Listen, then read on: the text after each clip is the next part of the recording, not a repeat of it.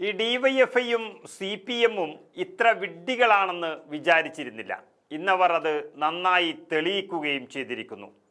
അവർ വടകര അങ്ങാടിയുടെ തെരുവീഥികളിൽ ഇന്ന് തടഞ്ഞത് പാലക്കാട്ടെ ഓങ്ങല്ലൂർ ഷാനവാസിൻ്റെ മകനെയല്ല, മറിച്ച് ഇന്ത്യൻ പാർലമെൻറ്റിലെ ഒരംഗത്തെയാണ്, KPCCയുടെ വർക്കിംഗ് പ്രസിഡന്റിനെയാണ്.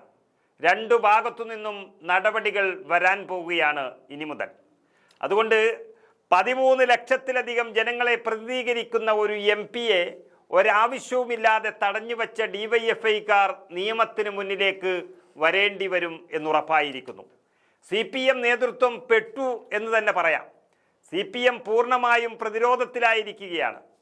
മാങ്കൂട്ടത്തിൻ്റെ പേരിൽ അല്പം മുന്നോട്ട് വരാൻ ശ്രമിച്ച CPM ഈ ഒരൊറ്റ ആക്രമണം കൊണ്ട് തകർന്ന് തരിപ്പണമാകാൻ പോവുകയാണ് കേരളത്തിൽ.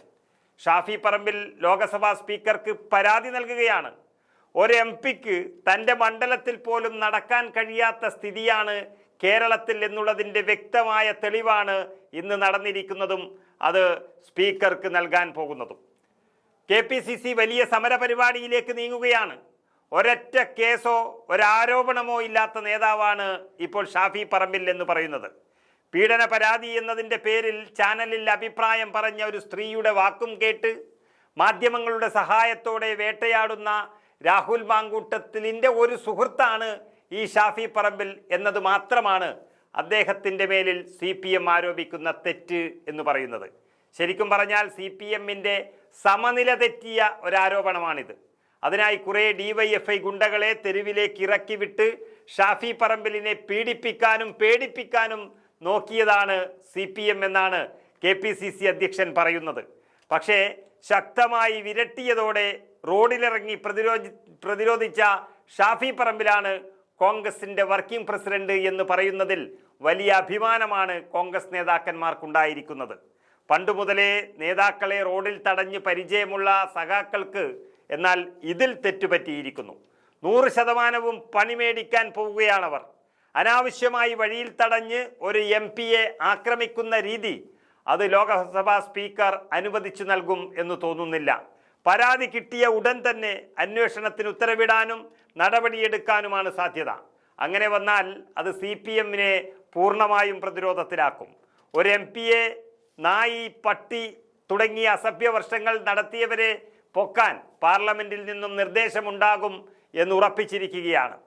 അനാവശ്യ വഴിതടയലിനും അസഭ്യവർഷത്തിനും കേസെടുത്ത് അകത്തിട്ടാൽ രക്ഷിക്കാൻ ഒരു കുഞ്ഞും അവർക്കൊപ്പം ഉണ്ടാകില്ല എന്ന് DYFI-കാർ മനസ്സിലാക്കാൻ പോവുകയാണ്.